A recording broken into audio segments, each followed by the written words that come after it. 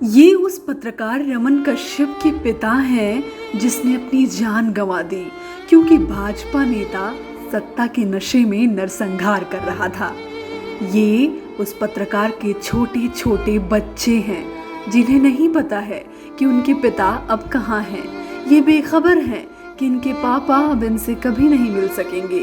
ये पत्रकार रमन कश्यप की पत्नी हैं जिनके आंसुओं की धार रुक ही नहीं रही है। पिछले कई दिनों से ये बस रोई जा रही हैं। मीडिया कह रहा है कि तिकोनिया में सब कुछ नॉर्मल हो गया है। आप ही बताएं, यहाँ क्या नॉर्मल हो सका है? क्या कभी नॉर्मल हो सकेगी ये माँ जिसने अपना जवान बेटा खो दिया है?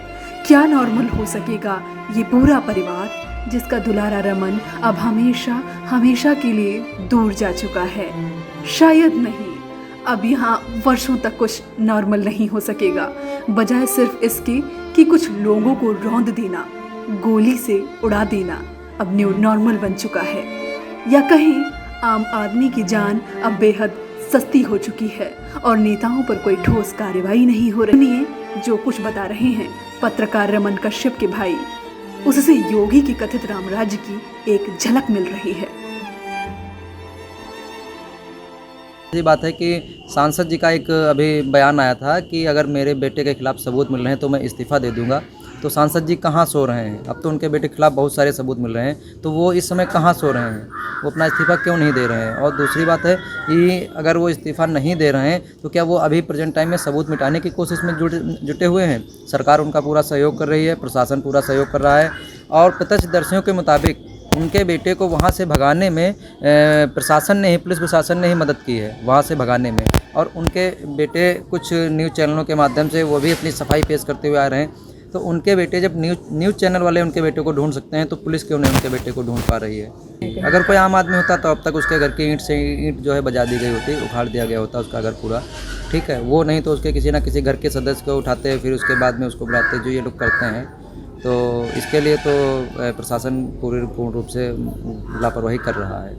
कहीं ना कहीं प्रशासन दबाव में है, सत्ता पक्ष में उसका दबाव है, इसीलिए शायद, या फिर और भी कोई बात हो सकती है। ऐसे बयान जिन्होंने कहा कि 2 मिनट अभी नहीं लगेंगे, किसानों को सुधार देंगे हम, जी ऐसे बयान देने वाले सत्ता पर बैठे हैं जी, इस पर कुछ बोलना चाहेंगे? तो ऐसे लोगों को तो जेल में होना चाहिए कि सुधारने वाली बात। और मेरी बैक हिस्ट्री देख लिए कि मैं सांसद या विधायक होने से पहले मैं क्या था, धमकी दे रहे हैं। तो इनको तो ये तो एक गुंडे हुए एक प्रकार के, ठीक है। तो इनको मेरे हिसाब से ऐसा नहीं बोलना चाहिए था, या बोले हैं तो उसके लिए इनको अगर ये माफ़ी भी मांग लेते किसानों से। या आप सरकार में हैं तो विरोध उसी का होता है जो सत्ता पक्ष में होता है, ठीक है।